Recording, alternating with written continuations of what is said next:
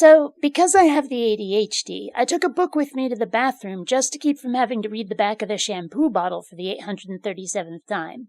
Upon opening the book, a movie ticket for Silent Hill came flying out. Now, my brain being what it is, I had a nearly instantaneous weird-ass idea. Flush the ticket when I'm done. No, that's not the whole idea. See, in reality, what would probably happen is nothing at all. But in my head, what would happen is that this movie ticket would clog up the sewers, and some sanitation guy in hip waders would have to go fishing around in the pipes full of raw sewage to find the blockage. When he finally found my movie ticket, he'd take a look at it and go, Silent Hill? Wasn't that movie in theaters like 10 years ago? Why is this showing up now? Who would flush a movie ticket anyway? Whose ticket was this? Did they like the movie? What were they thinking when they flushed this? I wonder who they are. And for the rest of his life, that mystery would plague him, along with the mystery of the sewer-floating Reebok, the Smurf clog of 87, and the great caffeinated rat plague below the first Starbucks.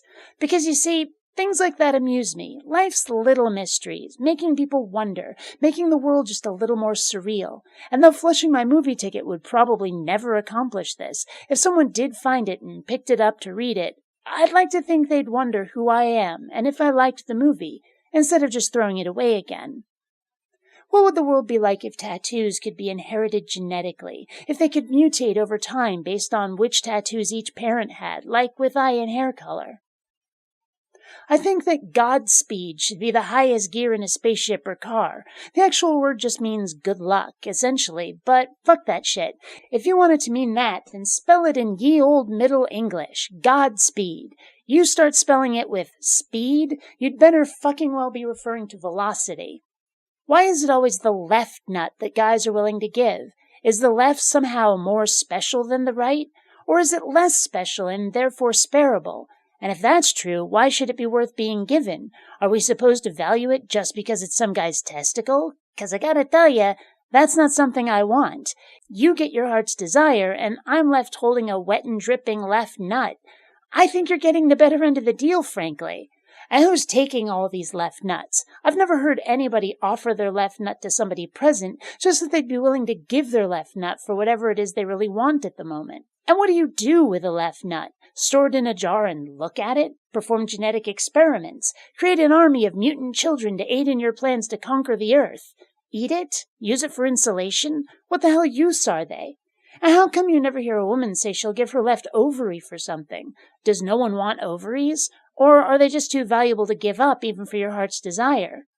Why is it that a sports car is a sleek and agile vehicle that looks like it's going fast even while it's standing still, clearly a machine meant to be athletic, while a sports coat is a formal piece of clothing that wouldn't survive a game of softball? Here's one I really don't get.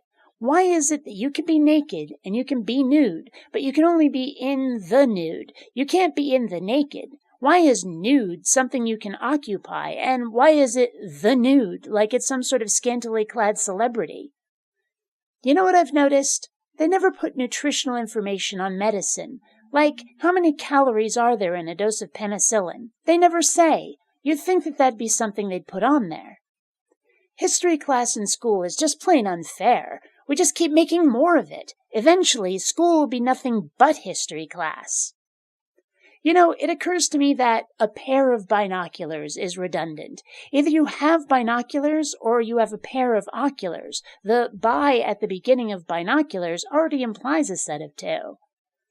Have you ever really thought about the children's songs we just take for granted? Like, for example, this old man, which old man? He played one what? Song? Round of golf? What? He played knick-knack. Now wait a minute. What the hell is knick-knack? I thought a knick-knack was a worthless little decorative statuette or something. How the fuck do you play knick-knack? On my thumb. Playing knick-knack on body parts sounds either painful or filthy. Was this voluntary, or did this old man take advantage of you? With a knick-knack. Okay, we've been over this. Paddywhack. What?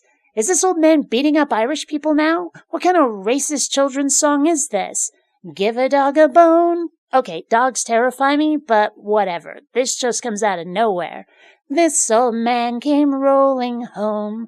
Is this meant to be taken literally? Did he tumble down a hill? Or was he drunk? That might explain the fist fight with the Irish guy. Either way, this is a weird thing to be telling kids about. What kind of song is this?